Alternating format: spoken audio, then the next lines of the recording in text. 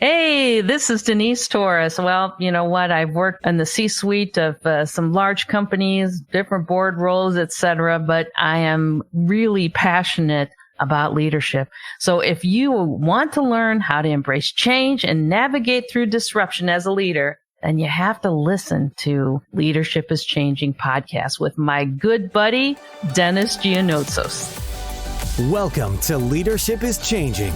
Each week, we and our guests provide information and insights through exploring leading change. This is taking your leadership to another level by finding the balance between executive excellence and personal well-being through stories that inspire real change. It's time to adapt in our fast-moving world when leadership is changing with your host, Denice Torres. Hey, welcome to the show, Leadership is Changing. What we as leaders know to be true is that change is constant. Leaders everywhere confront similar obstacles because people are people, but everywhere you go, leaders are overwhelmed, disrupted, and under pressure. They run from email to email, meeting to meeting. Many leaders are not changing quick enough, which means they run the risk of becoming irrelevant and being left behind. The purpose of the show is taking our listeners' leadership to another level by finding their balance between executive excellence and personal well-being through stories that inspire real change. I believe we don't have enough effective leaders in the world today, and if we can get the leaders to step up and lead change, then they can inspire real change. Hey, listeners, it's now time to adapt in our fast-moving world, and I want to welcome you to today's episode. I have a wonderful guest with me. Her name is Denice Torres, and she is the board of director and former Fortune 50 executive turned entrepreneur. She is a gay Hispanic female and came from a challenging background and was able to grow her career to the C-suite of one of the largest corporations in the world. Denice, a massive welcome to you. Hey, thank you, Denice. And it's great to be here with you. And I love what you're doing. Great, thank you. Hey, I've got a few questions for you, and I've obviously given our listeners a brief introduction to you. Tell me more about your background. Yeah, so if I'm listening to this, the last thing I want to hear is someone to go through their whole freaking resume, right? So let me just give you hopefully the more interesting points. But I grew up in a steel town in Indiana in the U.S., and this was a huge, U.S. Steel, it was called. So it was like its own city. But I ended up working as a janitor in the steel mill, going through high school and pretty much a lower middle class background. And so I was wildly motivated by fear. And so, growing up, being this janitor, I was a janitor in a hospital. So I had this experience of feeling definitely like an underdog, which really shaped me. And going from there, I was, if you ever saw the Forrest Gump movie, there's a famous scene where Forrest is running and he shakes off his braces. And so I kind of felt like looking back like Forrest Gump because I went to college and went to law school because I thought, hey, certainly I'll be able to take care of myself financially. And I hated it.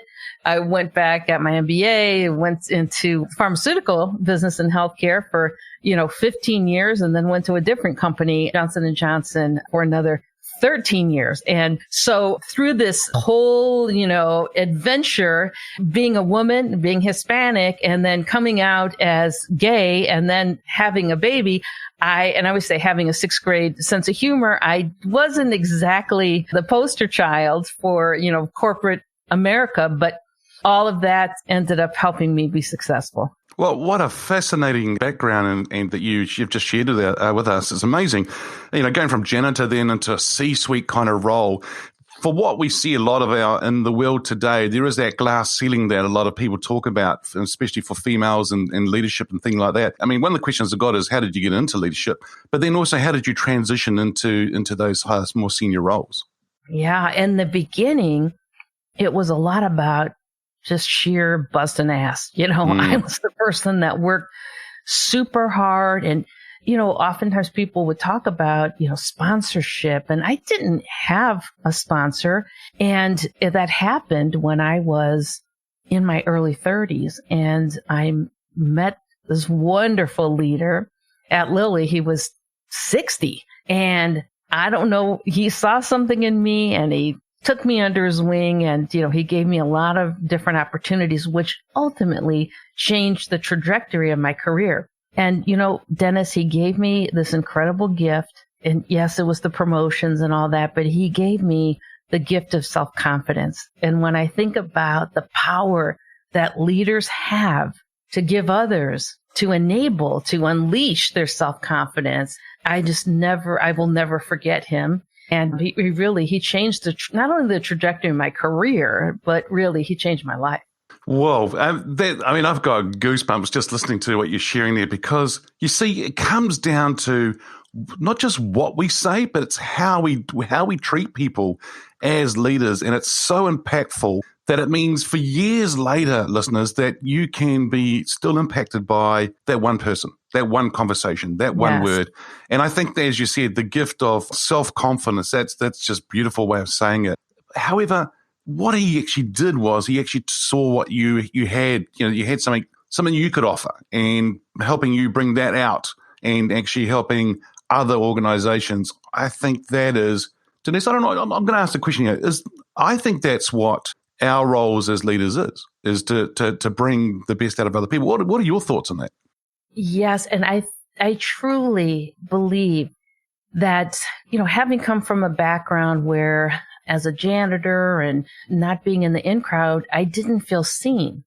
And when you don't forget those feelings. And so as I moved into leadership positions, a lot of hard work, but also individuals that truly helped me and opened doors along the way, I had some tenets that I really believed in. And that is that leading others is such a privilege.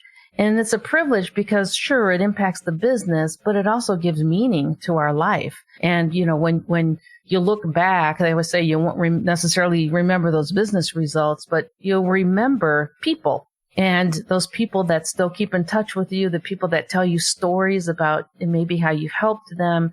And so I learned about leadership that we have the ability to help others be seen. And when they're seen, they can flourish. We have the ability to impact their self-confidence. We have the ability to help them dream. And also, when we do this, it's a ripple effect. It impacts their families. It impacts all kind of things. And today, where engagement it's always been critically important. But today, with so much incredible change happening in the world, the leader's ability to embrace or to really grab people's, not their minds, but their hearts, to me is so important and so fundamental. And it requires us to let go of our own bullshit and our own ego.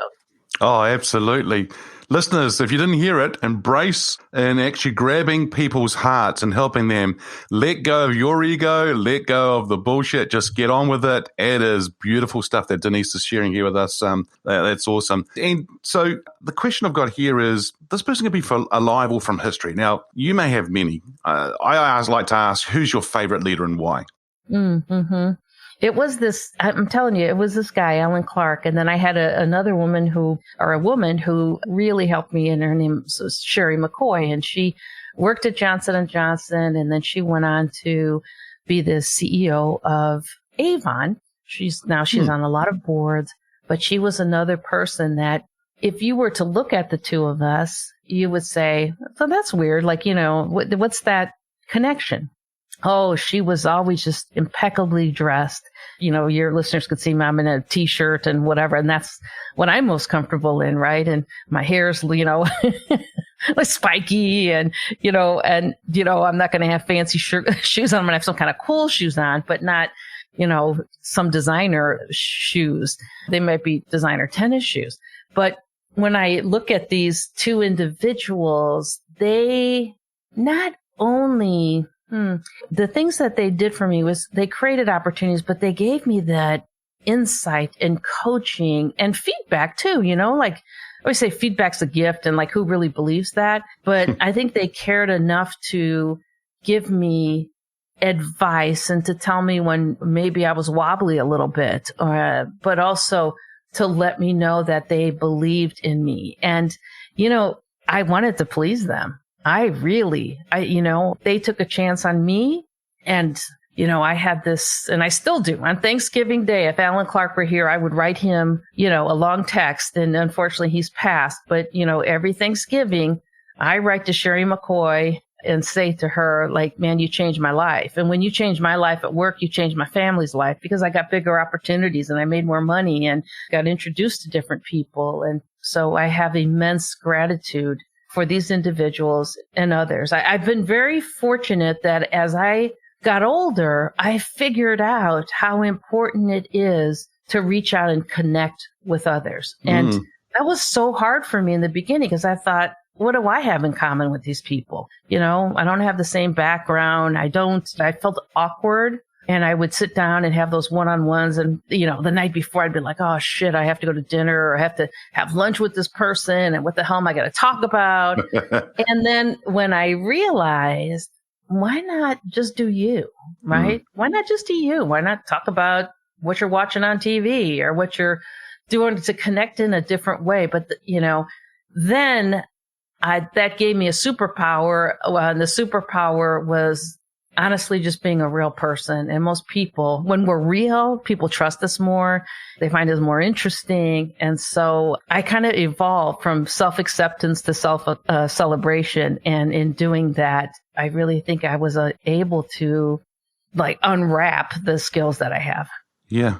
Yeah, wonderful. Look, I think it's great. And what you've just said there is about, if you change my life, you change my family's life. It has a bigger impact than just us. There's that ripple effect right down throughout the whole family. And, as you said, they gave you feedback. They gave you that coaching, those insights. But really, at the end of it, they already had your best interest at their heart. I mean, that's what they were looking at doing too, was to help you to do that. And I like what you said. You wanted to please them. In other words, once you start to show people that you care, then they're going to go the extra mile. And that's what's going to happen. As you said, being real and reaching out to others to connect. I think a lot of leaders in life today, they struggle to network, or let's just move that word out of the way and just call it build a relationship. Just, as you said, be real. And so many people find that difficult. And it's because they're trying to be something else they're not. If they're trying to be, as you said, be real, be you, then people will trust you more. Yes. And what happens is I mentor and coach a lot of people. They'll say, I don't want to play the game. In fact, I used to say that. I don't want to play the game.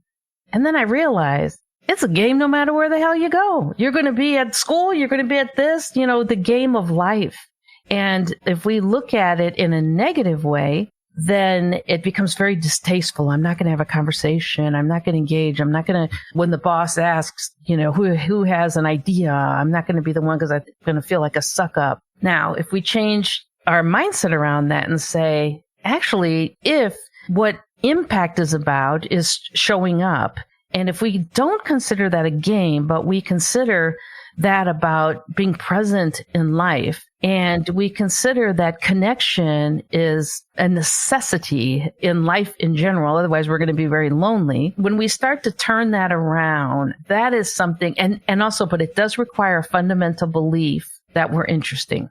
And so many of us will say to ourselves, like, oh, I don't have anything to say, or I'm just, I don't do anything. I don't go on a vacation. I don't, whatever. And I had an experience as a pharmaceutical sales representative, and I realized, I couldn't get in the door, and hi, my name's, Denice Torres, and da-da-da. I had already been through law school. I'd done all this stuff, and I'm like, why am I getting treated, like the dirt on the floor? And then I thought, I have to make myself interesting, and also to share with them, I find you interesting. So I start scanning around the office like, oh, you have kids, or you have this, or whatever. And during that time, I was doing different adventure vacation types of things. So I would bring pictures in like, oh, I did the coolest thing last week. I did this. And then I found out like connecting is about those two things. You know what?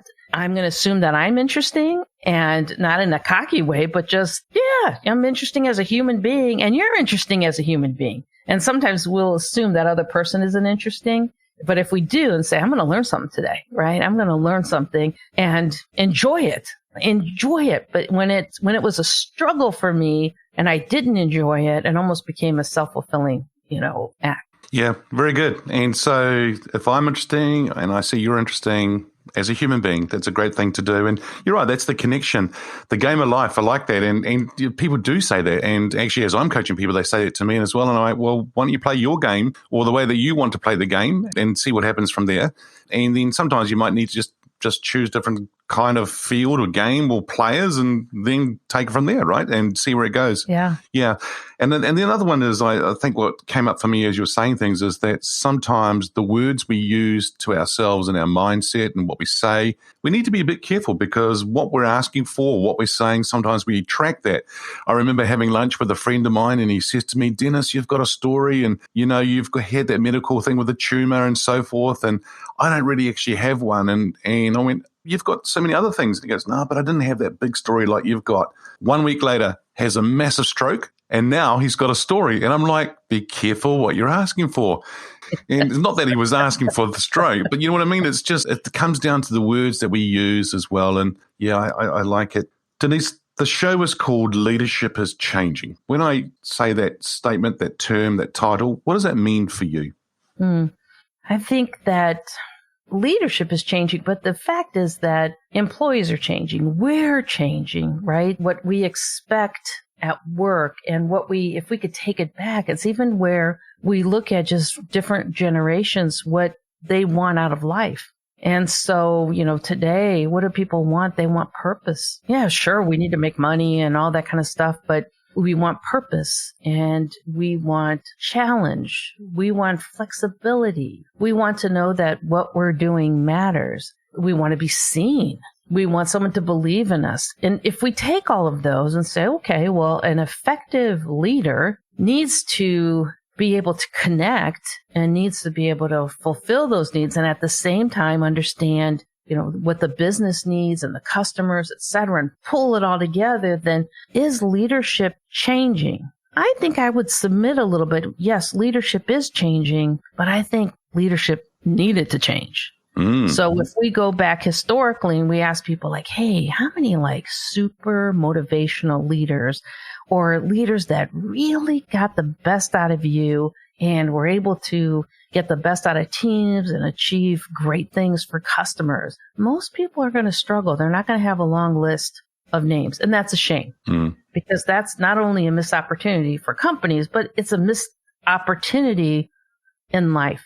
And my dad, who worked in the steel mill, I was in my 20s and he kind of had one of those forced retirements because the steel industry has kind of, had really been downsized. And so I said to him hey, Dad, you remember that last day that you were at the steel mill? And he goes, yeah. And my dad doesn't say, he is a man of few words. And I thought, I'm going to get a good lesson here. I said, do you remember walking out that big gate? He goes, yeah. And I said, do you remember what you said to yourself? And he goes, yeah. And he said, I said to myself, and I'm like, oh, this is going to be good. And he said, what the hell was that all about? He summed up the whole damn, 30 years. And you know what? It scared the shit out of me. So I went in my room that day and I wrote down things that I wanted to say. When I look back, these are things that I wanted to say. And I'm so glad that I did that because it's starting with the end in mind. What is it that you want to be able to say? And in essence, it's saying what's important to you. And when we think about work, it's like one day turns into a week, turns into a month, to a year, turns into our life. And it's not just work. This is life. And so, okay, well, outside of work, I'm going to find happiness. I'm going to find joy. And I started off my career thinking, I started practicing law. I hated it. And I'm like, oh, I'm supposed to be doing something that means more. So I did some nonprofit work. And then I'm like, oh, it's not enough. It's not enough. And then I had this epiphany that this is what it is. Make a difference every single day, right? Sure, you can do volunteering and do all this stuff, but don't wait for the one Saturday a year or the whatever where I made this big impact. You can make a difference every single day. Yep. And don't let a day go by without doing that. I think it's a great thing. I would have loved to have been there with you when your dad said that to you. I think it would have been really quite special. Oh, man. It was like soul sucking right there. Yeah. Leadership needed to change. Denice has just shared that with us, listeners, and that is really, really cool.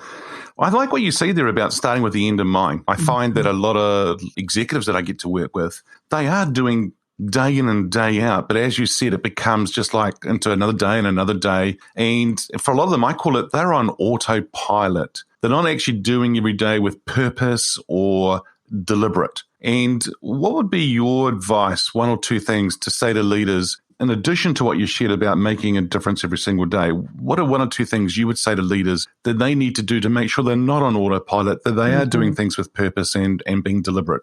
I think the first is to really embrace gratitude. And I had this experience. My daughter's now 21 years old, but when she was born, I was 30 weeks pregnant, and I was sitting next to someone in a meeting, and all this discussion about COVID. This guy had a virus, and I said, "Hey, man, maybe you should go home," because he was coughing. And about 40 hours, 2 days later, I ended up getting sick. And then just a couple days after that, we had this emergency C-section, and no one thought my daughter, Sierra, was going to live. So we spent a long time in the hospital, and this fear of not being able to be her mommy and living with that life-death thing and being so in over time, right? I remember one day just praying, let me keep this little girl.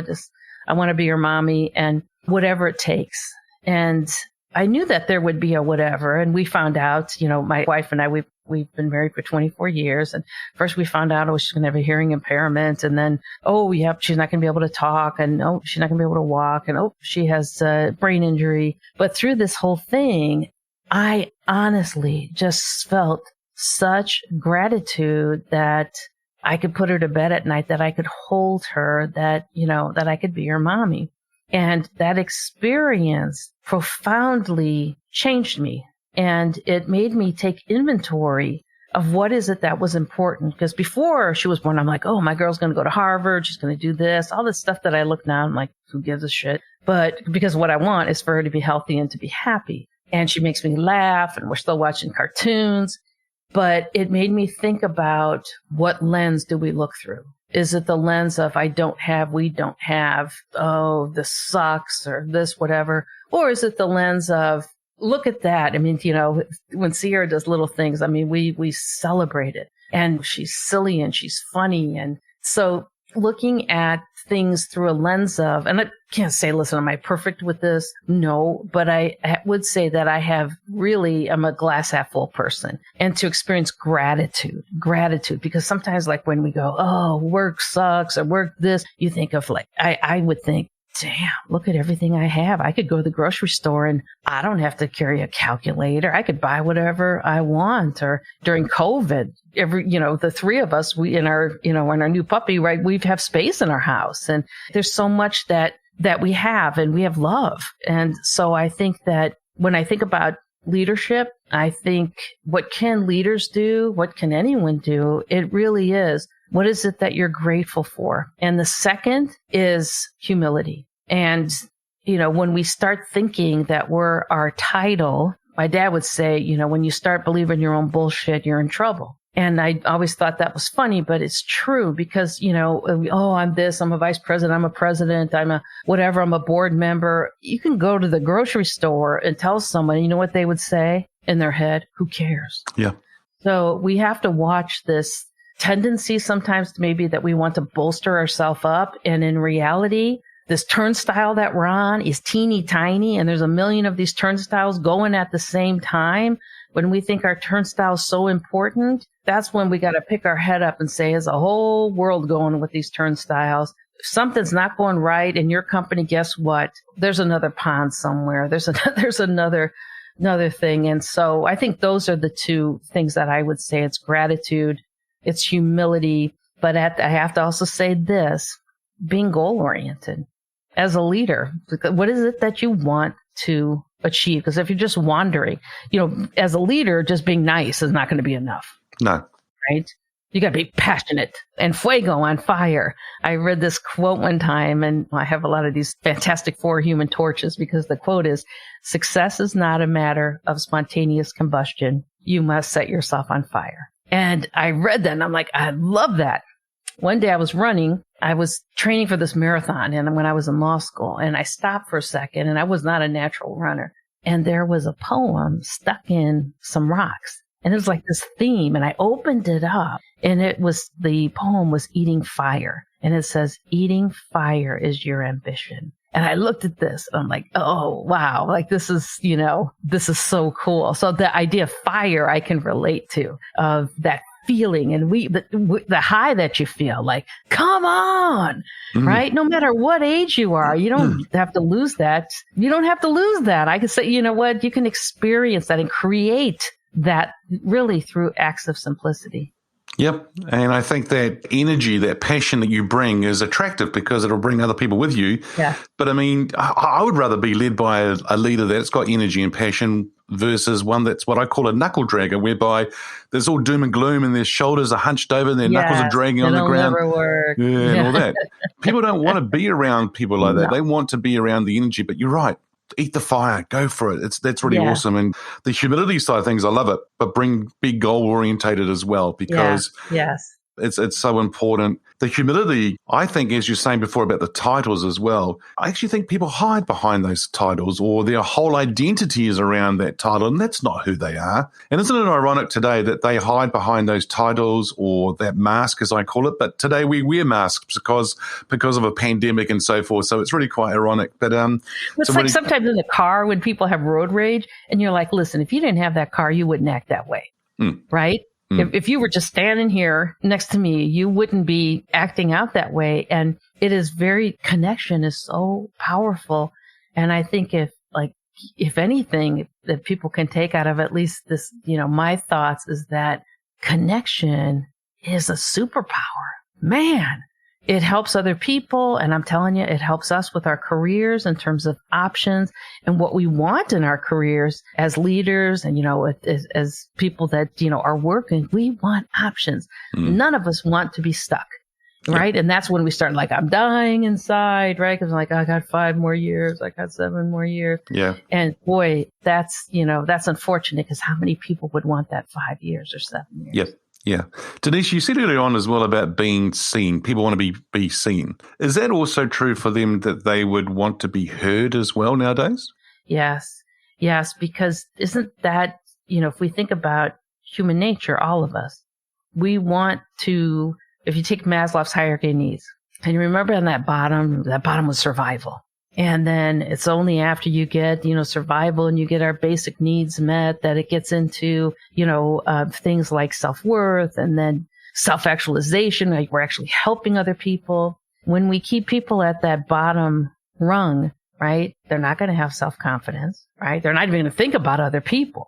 And so we see that too, if being seen is also about creating trust, and trust helps us with belonging, helps us with engagement, that safety type of thing. And even if you don't feel that in your heart, it's almost like a mathematical equation. We could look at it completely data-based, in that we're spending all of our energy worrying about if we're okay, worrying about those basic, what am I going to lose my job? What is that going to mean? Right? And a lot of us have known those feelings in that track. Our employees will have no energy to put into the team, or to put into innovation, or to put into this creativity and connection. And so even if we don't believe like that's the right thing to do, if you just want business results, helping people be seen, to feel trusted, to feel like they matter, is going to produce better business results. And imagine if we actually believe that. Wow. Just imagine. Yeah, very good. Denice, you've covered a lot already, and I'm going to ask this question, and there may be some other things you might add to it. What makes a leader successful in today's fast-paced, ever-changing world? Some of the things that we've talked about, the internal, but the people need to be students. Like leaders need to be students, because we need to understand our customers better. We need to understand people that are working for us in trends, in global trends. So I think being an eternal student is so critically important, and not to assume that we know. There's a lot that we do know. But I would say, I have the chance, I'm on 5 boards now, and I have the chance to just learn, to continuously learn. And in a few years, you see like, gosh, it used to be this way when I was doing this. Oh, it's kind of different now, right? Of what employees want and how their worlds are changing, particularly with COVID. So I think being an eternal student, I think the second thing is, know what you want and also be able to communicate what you expect from others. Just want to put a plug in for a YouTube video. I love this. I don't have any connection to this woman other than the fact that I think she's brilliant. And her name is Frances Frey. It's either Frey or Fry. It's Frei. She's at Harvard and she did a TED Talk on trust. And she talks about the trust triangle and that it's about empathy. It's about the ability to communicate succinctly. And it's about being authentic. Mm-hmm. So that communication piece, I love that she put that in there because you're like, well, how does that, build trust? How many times have we talked to people and they're going on and on and on and you think, what are you talking about? Right? And then you think, you don't know what you're talking about. You're just, so as a leader, be able to communicate succinctly. I think the other piece is that this optimistic, I call it reality-based optimism, because you know how some leaders are like, yeah, charge the hill, we could do it. And damn well we're not going to hit that number, right? But I call it reality-based optimism. All right, guys, here's the situation, and enlist people in the vision, in the possibility, and also be able to embrace the power of the underdog. I'd rather take a situation where, okay, we're underdogs. You're right. You know what? This tough situation, I've led a lot of turnarounds and yeah, you're right. This is tough. And, but okay, it's tough. We've all done our complaining. Now let's move on. So I think embrace the power of the underdog. And you know what? Another one is too, and I could go on, but I'm going to stop here. Have fun. Yeah. Like, oh, we're going to have fun, at the end of this project. Hell no. Have fun during the day. Have fun. Don't take yourself so seriously. Dance on the table, do whatever. If you're an unconventional person, do unconventional things as long as you're within the values of the company, right? But be you. Be you. And sometimes people say, you know what, I just want to be me. Go ahead. But you know what? You still have to do it in the context of an organization. If I'm going to present to a board, am I going to be or a bunch of analytical people? Am I going to be my wildly expressive self? I'm going to tone it down, right? Because they're not going to listen to me, right? They're going to be like, tell me the fact. Okay, I'm going to get those facts out. Am I going to change who I am? No, but we all have dials, right? We have dials. I'm going to tune this up, whatever. And, if I find that people are not responding to the essence of me, then I say, you know what? No gift for you. Because I think this thing that I'm bringing here is a damn gift.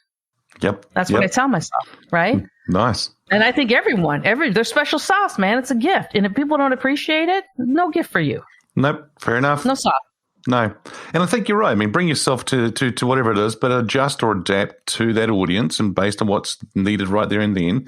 But you still need to be you. And as you said, I like it. You've got the dials, you've got the levers. You can actually adjust it for sure. Yeah, don't waste energy, right? Well, exactly. Yeah. Denice, if I get you to get your crystal ball out here and start thinking about the future, where do you see leadership being in 5 years?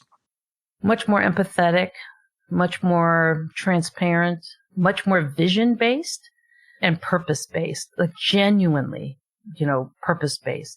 And that's what I think we're going to continue this track that we're on or this time period where people want to try and do different things. They might not stay at companies so long. And to me, that's okay. But I think the leaders, all those things that we talked about, we're going to find strength and vulnerability. And it's a huge thing, strength and vulnerability. It's huge.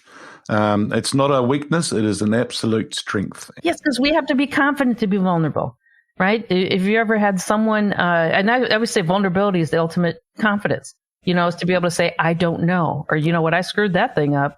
Yep. And, and to be able to take the blame for things, right? There's a leader this is a wonderful leader, and he would say, you take the risk, I take the blame. And I thought, that's cool. Nice. You take the risk, I take the blame. Yeah. Nice. I think that's a wonderful environment for people to go out and actually excel or actually go out and do things that they need to do. And it's a wonderful environment to be able to do that for sure. Yes. Oh, cool. You take the risk, I take the blame. Paul Stoffels, he's the head of research and development at J&J. Awesome. And just a wonderful leader and, just tremendous. Good. Denice, thank you so much for joining us on today's show. If our listeners are wanting to get hold of you, where should they go? I think you can come over. I live in New Hope, Pennsylvania. Let's have lunch. That'd be awesome. You can find me on LinkedIn. It's Denice with a C. And you can go to the mentoring place. I have a nonprofit organization that provides free mentoring for women. And I have a podcast, Flip the Tortilla, and it's lessons for the underdog at heart. A lot of fun. We talk about leadership and personal stories. So check us out anywhere you listen to your podcast, Flip the Tortilla. Denice, thank you so much. It's been a real pleasure having you on the show today. Super talking with you. It's been a lot of fun, and good luck with continuing on. It's 200 episodes now, right? Yep, over that now, so it's really good. Love it. Cool, thank you. Hey, listeners, what we as leaders know to be true is that change is constant. Change is incredibly scary, especially with the unknown and unfamiliar territory. It's time to adapt in our fast-moving world when leadership is changing. Look out for the episodes as they've been released. Download them, have a listen, put a review, and a rating. Feel free to share them with your friends, your family, your network. If there's any feedback you'd like to give me about the show, or if there's a question for the Ask Denice freestyle episode that happens once a week, send me an email, denice@leadingchangepartners.com. Listeners, it's always a pleasure being with you. Thanks for tuning in. Until next time, bye for now. Thank you for listening to this episode of Leadership is Changing with your host, Denice Giannoutsas. Each week, we and our guests provide information and insights through exploring leading change, inspiring executives and leaders to adapt and lead a bigger game in a fast-moving world.